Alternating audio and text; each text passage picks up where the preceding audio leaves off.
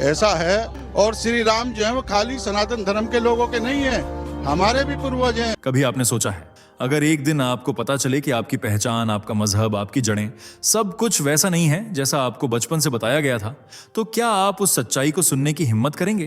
क्योंकि आज जो बात हम खोलने वाले हैं वो सिर्फ इतिहास नहीं है, ये पहचान का वो आईना है जिसमें झांकने से बहुत लोग डरते हैं। जरा कल्पना कीजिए, एक आदमी टोपी, दाढ़ी और नमाज के साथ खड़ा है, लेकिन उसके मुंह से अचानक निकलता है हमारे पूर्वज श्री राम हैं। दिमाग झटका खा जाता है ना। यहीं से शुरू होता है वो सवाल जो लाखों लोगों के मन में है, लेकिन कोई खुलकर पूछता नहीं। क्या सच में भारतीय और पाकिस्तानी मुसलमानों की जड़ें कहीं और जुड़ी हैं? और अगर हां, तो फिर दुनिया के कुछ इस्लामिक देश इन्हें बराबरी से क्यों नहीं देखते? आज हम किसी एजेंडा के साथ नहीं, बल्कि उन सवालों के साथ आए हैं जिनसे लोग बचते रहे हैं। डीएनए, इतिहास, परंपराएं और वो छुपे हुए सच जिन पर कभी खुलकर बात नहीं होती। लेकिन सावधान, इस वीडियो में आगे जो खुलासे होने वाले हैं वो आपकी सोच को हिला भी सकते हैं और बदल भी सकते हैं। इसलिए अगर आप सच सुनने की हिम्मत रखते हैं तो अंत तक जरूर देखिए, क्योंकि कहानी की शुरुआत अभी हुई है और असली सवाल अभी बाकी हैं। चलिए एक बात जल्दी से बताइए, ये वीडियो आपको खुद से ढूंढ कर मिला या यूट्यूब ने आपके स्क्रीन पर सजेस्ट किया और आपने क्लिक कर दिया? क्योंकि हमें भी समझना है कि YouTube हमारी आवाज आप तक कैसे पहुंचा रहा है। और अगर आप सच में एक जागरूक और देशभक्त हिंदू हैं, चैनल को अभी सब्सक्राइब करें, वीडियो को लाइक जरूर करें और अपने दोस्तों के साथ शेयर करना मत भूलिए। चलिए अब बिना देरी के बढ़ते हैं आगे वीडियो की सबसे जरूरी बात की ओर। क्यों सऊदी अरब भारतीय और पाकिस्तानी मुसलमानों को मुस्लिम नहीं मानता? क्यों इन्हें हिंदू मुस्लिम कहा जाता है? क्या सच में हिंदू ही मुसलमानों के पूर्वज हैं? 7वीं शताब्दी से शुरू होने वाले इस्लाम से पहले लोग किस धर्म को मानते थे? क्या है भारतीय और पाकिस्तानी मुसलमानों का हैरतअंगेज इतिहास? चलिए आज डिटेल में जानने की कोशिश करते हैं, लेकिन वीडियो में आगे बढ़ने से पहले वीडियो को लाइक और चैनल को सब्सक्राइब करना ना भूलें। सबसे पहले आप ये वीडियो सुनिए। बुलडोजर चलाते हैं और राम मंदिर पर वोट मांग लेते हैं, बस यही बोल रहे हैं अभी तक से लोग। ऐसा है, मंदिर का मुद्दा तो खत्म हो गया और कोर्ट का फैसला है, सबको स्वागत करना चाहिए। और श्री राम जो है वो खाली सनातन धर्म के लोगों के नहीं है, हमारे भी पूर्वज हैं। सर पर टोपी, तन पर कुर्ता पजामा, लंबी दाढ़ी, लेकिन जुबान पर पुरुषोत्तम श्री राम का नाम। यह मुस्लिम शख्स बिना डरे खुलकर कह रहा है कि हमारे पूर्वज श्री राम हैं। एक मुस्लिम युवक के मुंह से निकले ये शब्द काफी अटपटे लगते हैं, क्योंकि यह शख्स उसी धर्म से ताल्लुक रखता है जहां सिर्फ अल्लाह को ही संसार का कर्ता धर्ता माना जाता है। पवित्र पुस्तक कुरान में साफ कहा गया है कि अल्लाह के सिवा कोई इबादत के लायक नहीं।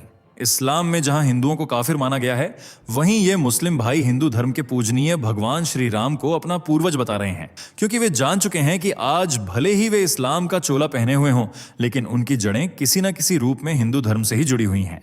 और इस बात का दावा सिर्फ हिंदू ही नहीं करते, बल्कि इस्लाम का केंद्र बना बैठा सऊदी अरब भी कबूल कर चुका है, जो सिर्फ भारत, पाकिस्तान और बांग्लादेश के ही नहीं, बल्कि पूरे एशिया के मुसलमानों को नकली मुसलमान कहता है। क्योंकि सऊदी का मानना है कि प्रॉफेट मोहम्मद के असली वंशज वही हैं जिन्होंने सऊदी की धरती पर जन्म लिया है और यहीं पर उनकी परवरिश हुई है। बाकी देशों में जो मुसलमान हैं वे कन्वर्टेड मुसलमान हैं, इसलिए उन्हें सच्चा या असली मुसलमान कहना सही नहीं है। क्योंकि उनका मूल धर्म इस्लाम नहीं बल्कि हिंदू धर्म है, इसलिए सऊदी अरब एशिया के मुसलमानों को हिंदू मुस्लिम कहता है, यानी हिंदू धर्म से निकले मुसलमान जिन्होंने दूसरे धर्म के रूप में इस्लाम को कबूल किया है। और ऐसी विचारधारा सिर्फ सऊदी में ही नहीं है, बल्कि ज्यादातर खाड़ी देश ऐसी ही सोच रखते हैं। सबसे ज्यादा किरकिरी तो पाकिस्तानियों की होती है, जिन्हें एक तरह से खाड़ी देशों के कुछ लोग अपना गुलाम समझते हैं, जिसका खुलासा साल 2017 में एक पाकिस्तानी पत्रकार तनवीर ने भी किया था। उन्होंने पत्र का स्क्रीनशॉट ट्वीट किया था, जिसमें दावा किया गया था कि सऊदी अरब के रक्षा मंत्री ने कहा, पाकिस्तानी हमारे गुलाम हैं। जब इस ट्वीट की जांच की गई तो दावा पूरी तरह से फर्जी निकला, लेकिन इस ट्वीट से यह जरूर पता चल गया कि कहीं ना कहीं पाकिस्तानी भी जानते हैं कि सऊदी की नजरों में वे उसके गुलाम हैं। सिर्फ यही नहीं, इस दावे का एक रूप हाल में भी देखने को मिला। बात है फरवरी 2026 की, जब सऊदी की राजधानी रियाद में वर्ल्ड डिफेंस शो आयोजित हुआ था। इसमें भारत की दिग्गज कंपनी लार्सन एंड टुब्रो का भी एक स्टॉल लगा था। तभी एक लोकल सऊदी नागरिक स्टॉल के पास तैनात एक भारतीय कर्मचारी के पास गया और उससे उसके रिलीजन के बारे में पूछताछ करने लगा। जब कर्मचारी ने अपना धर्म बताया तो सऊदी नागरिक ने गुस्से में कहा, तुम असली मुसलमान नहीं हो। ऐसे कटु शब्दों से भारतीय कर्मचारी को धार्मिक पहचान के जरिए नीचे दिखाया गया और यह वीडियो सोशल मीडिया पर भी खूब वायरल हुई। इसने सुपीरियरिटी कॉम्प्लेक्स की भावना को जन्म दे दिया। एक्सपर्ट्स ने खुलकर कहा कि सऊदी के लोग दक्षिण एशियाई, भारतीय, पाकिस्तानी, बांग्लादेशी मुसलमानों को दूसरे दर्जे का या कमतर मुसलमान मानते हैं।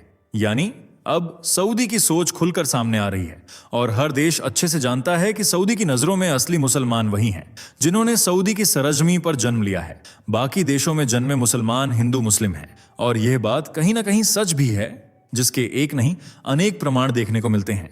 जैसे जेनेटिक एविडेंस, दर्जनों डीएनए रिपोर्ट्स में यह दावा किया गया है कि भारत, पाकिस्तान और बांग्लादेश के हिंदुओं और मुसलमानों का जेनेटिक ढांचा, जेनेटिक स्ट्रक्चर लगभग एक समान है। Centre for cellular and molecular biology CCMB जैसे संस्थानों के शोध बताते हैं कि यहाँ के मुसलमानों के पूर्वज इसी मिट्टी के थे और उनके जीन अरब, तुर्क या पारसी लोगों से मेल नहीं खाते, बल्कि स्थानीय हिंदू आबादी से मिलते हैं।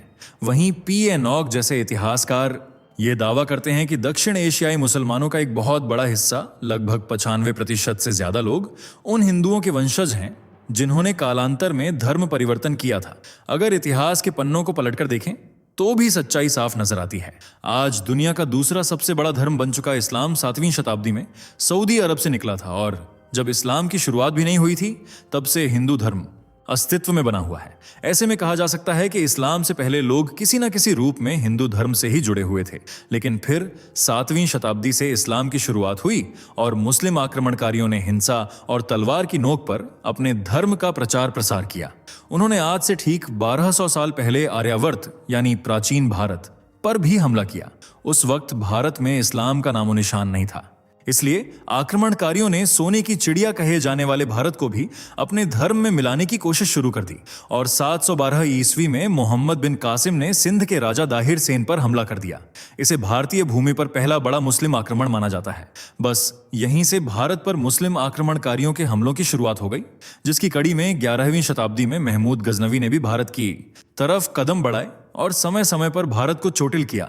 गजनवी जैसे क्रूर शासक ने भारत पर करीब 17 बार हमला किया था। उसका मकसद सिर्फ गैर मुस्लिम धर्मों को खत्म करना नहीं, बल्कि धन लूटना और मंदिरों को नष्ट करना था। इसलिए उसने 1026 ईस्वी में सोमनाथ मंदिर को भी बहुत नुकसान पहुंचाया, जिसे आज तक भारत भूल नहीं पाया है। इसके बाद 12वीं से 13वीं शताब्दी के दौरान मोहम्मद गौरी ने भी भारत पर हमले करने शुरू कर दिए और इसी के साथ भारत में मुस्लिम शासन की नींव भी रखी गई। 1192 के तराइन के दूसरे युद्ध में पृथ्वीराज चौहान की हार के बाद दिल्ली सल्तनत का रास्ता साफ हो गया और फिर कुतुबुद्दीन ऐबक ने गुलाम वंश की स्थापना की। इसके बाद मुगलों का दौर आया और देखते ही देखते लोग हिंदू से मुस्लिम होने लगे, जिसके पीछे कुछ मजबूरियां थीं तो कुछ साजिशें। हिंदू अपनी जान दे सकता है लेकिन धर्म नहीं त्याग सकता है। ये बात मुस्लिम आक्रमणकारी अच्छे से समझते थे, इसलिए उन्होंने हिंदुओं को तोड़ने के लिए एक योजना बनाई और उन हिंदुओं को टारगेट किया जो गरीबी और भुखमरी का सामना कर रहे थे। उनकी गरीबी का ही मुसलमानों ने फायदा उठाया और भारी भरकम जजिया कर उन पर थोप दिया। हालांकि जो पैसों में ठीक ठाक थे उन्होंने तो यह कर भर दिया, लेकिन जो आर्थिक रूप से कमजोर थे वे इस कर को भरने में नाकामयाब साबित हुए। तब उन्हें मुस्लिम बनने का ऑफर दिया गया, जिसे उन्होंने मजबूरी में स्वीकार कर लिया ताकि खुद को और अपने परिवार को भूखा मरने से बचा सकें। बस ऐसे ही आक्रमणकारियों ने कूटनीति से असहाय और गरीब हिंदुओं को अपना शिकार बनाया, जबकि जो हिंदू घुटने टेकने के लिए राजी नहीं हुए उन्हें प्रताड़ित किया गया। कुछ को तो युद्ध में मार भी दिया गया और उनकी बीवी बच्चे जो जिंदा बचे उन्हें अपना गुलाम बना लिया गया। कोई रास्ता न होने के चलते परिवारों को इस्लाम धर्म अपनाना पड़ा। कुछ परिवार डर से मुस्लिम बने तो कुछ मजबूरी में। शायद ही कोई हिंदू ऐसा था जिसने खुशी खुशी इस्लाम को कबूल किया हो। जैसे जैसे मुसलमानों का वर्चस्व बढ़ा वैसे वैसे हिंदू आबादी घटती गई और मुसलमानों की संख्या और जुल्मों सितम की दास्तान बढ़ती चली गई। इतिहास गवाह है, जहां भी ये आक्रमणकारी जाते थे वहां की संस्कृति और धर्म को अपने पैरों तले रौंद देते थे और अपनी सत्ता, अपनी विचारधारा, अपने धर्म को स्थापित करते थे। जिसका जीता जागता उदाहरण है इंडोनेशिया, जिसे आज दुनिया का सबसे बड़ा मुस्लिम आबादी वाला देश माना जाता है, लेकिन इसका इतिहास पूरी तरह हिंदू और बौद्ध धर्म से जुड़ा है। इसलिए इंडोनेशिया की करेंसी पर भी भगवान गणेश की फोटो छापी गई और वहां की एयरलाइंस का नाम भी गरुड़ रखा गया था, जबकि प्रसिद्ध प्रम्बानन मंदिर यहाँ के हिंदू गौरव का प्रतीक है। इसी तरह अफगानिस्तान का प्राचीन इतिहास भी हिंदू और बौद्ध धर्म की खुशबू से महकता है। अफगानिस्तान में हिंदू शाही वंश का शासन था और महाभारत में दर्ज गांधार भी इसी देश में मौजूद है, जिसे आज कंधार के रूप में जाना जाता है। लेकिन जैसे ही यहाँ मुसलमानों के कदम पड़े, यहाँ की हिंदू बौद्ध संस्कृति कहीं गुम हो गई और आज इस देश की पहचान एक मुस्लिम देश के रूप में होती है। मलेशिया, मालदीव्स, ऐसे कई देश हैं जिनका इतिहास हिंदुत्व की महक से खिल उठता था, लेकिन आज वहां इस्लाम का परचम लहरा रहा है। लेकिन भारत हो या अफगानिस्तान, यहाँ के मुसलमानों को असली मुसलमान नहीं माना जाता है, बल्कि कन्वर्टेड मुसलमान का दर्जा दिया जाता है, जिनकी सऊदी जैसे इस्लामिक गढ़ की नजरों में कोई मजबूत पहचान नहीं है। बेशक ये मुसलमान भारत की हिंदू सभ्यता को रौंदने और खुद को असली मुसलमान बताने की लाख कोशिशें करें, लेकिन सच्चाई क्या है ये आज पूरी दुनिया अच्छे से जानती है। भारत के कन्वर्टेड मुस्लिम कभी भी इस बात को कबूल नहीं करते हैं कि उनके पूर्वज मुस्लिम नहीं बल्कि हिंदू थे, क्योंकि हिंदुओं को अपना पूर्वज बताने में उन्हें शर्मिंदगी महसूस होती है। वे हिंदुओं के देश में रहकर भी हिंदुओं से बैर दुश्मनी रखते हैं, हिंदुओं को भला बुरा कहते हैं, हिंदुओं के मंदिरों को तोड़ा जाता है। लेकिन सऊदी में ऐसा नहीं होता। वहां रहने वाले हिंदू कभी भी ये नहीं कहते कि उन्हें सऊदी में अनसेफ फील होता है। यानी जो सच्चे मुस्लिम हैं उन्हें हिंदुओं से प्रॉब्लम नहीं है, लेकिन जो कन्वर्टेड मुस्लिम हैं उन्हें हिंदुओं से बैर है। और यही बात असली और कन्वर्टेड मुसलमानों में फर्क की लकीर खींचती है। सऊदी सरकार हर मुमकिन कोशिश करती है कि देश में धार्मिक और जातीय भेदभाव न फैले और हर धर्म को इज्जत दी जाए, लेकिन भारत में मुस्लिम इस विचारधारा से बिल्कुल उलट सोचते हैं। इसलिए सऊदी खुलकर कहता है कि एशिया के मुसलमान हिंदू मुस्लिम हैं। भले ही भारत, पाकिस्तान और बांग्लादेश के मुस्लिम खुद को अरब देशों का वंशज बताते हों, लेकिन अरब देशों में इनकी कोई खास वैल्यू नहीं है, जिसका अंदाजा आप इस बात से लगा सकते हैं कि अगर कोई कन्वर्टेड मुस्लिम अरब देशों में 50 सालों तक भी नौकरी करता है, तब भी उसे वहां की नागरिकता नहीं मिल पाती है। और अगर इस नागरिकता को पाने के लिए एशिया का मुसलमान अरबी महिला से शादी करने का सोचे, तब भी यह मुमकिन नहीं है। लेकिन फिर भी अगर वह प्यार मोहब्बत के जाल में फंसाकर अरबी महिला से शादी करने की कोशिश करता है, तो उसे कानूनी कार्यवाही से गुजरना पड़ता है। सख्त से सख्त सजा दी जाती है और बात ज्यादा आगे बढ़ने पर सजा मौत तक का फरमान जारी कर दिया जाता है। और यह कानून इस बात की ओर इशारा करता है कि सऊदी अरब बिल्कुल भी यह नहीं चाहता कि एशिया के कन्वर्टेड मुस्लिम सऊदी के नागरिक बने या वहां की लड़की से शादी करें। लेकिन एशिया के मुसलमान कभी भी इस धुतकार को दुनिया के सामने कबूल नहीं करते और खुद को अरब का वंशज साबित करने की कोशिश में लगे रहते हैं। धर्म परिवर्तन और लव जिहाद का खेल खेलकर भारतीय हिंदुओं को फंसाने की साजिशें करते रहते हैं। लेकिन इतनी कोशिशों के बाद भी आज कई मुस्लिम डंके की चोट पर कहते हैं कि वे हिंदुओं के वंशज हैं और उनके अंदर सनातन का अस्तित्व मौजूद है। आज भी भारतीय मुसलमानों की शादियों में कई ऐसी रस्में होती हैं जो अरब देशों में नहीं पाई जाती, बल्कि ये हिंदू परंपराओं से मेल खाती हैं, जैसे हल्दी और उपटन लगाना, दरगाहों पर जाकर धागा बांधना या मन्नत मांगना, जो हिंदू मंदिरों की कलावा परंपरा जैसा है। इसी तरह कई ग्रामीण इलाकों में अनेक मुस्लिम महिलाएं आज भी साड़ी और बिछिया पहनती हैं, जो हिंदू महिला का पहनावा है। यानी आक्रमणकारी कितना ही हिंदू धर्म को मिटाने की कोशिश करें, लेकिन हिंदू धर्म शाश्वत है, जो सदा से है और सदा रहेगा। तो दोस्तों, क्या आपको क्या लगता है, क्या एशिया के मुसलमान कन्वर्टेड मुसलमान हैं? अपनी राय कमेंट में बताइए। वीडियो पसंद आई हो तो इसे लाइक और शेयर करें। साथ ही चैनल से जुड़े रहने के लिए चैनल को सब्सक्राइब करके बेल आइकॉन को प्रेस कर लें। धन्यवाद। दोस्तों, आपको स्क्रीन पर 2 और वीडियोस दिखाई दे रही हैं, जिसे देखने के लिए स्क्रीन पर क्लिक करें।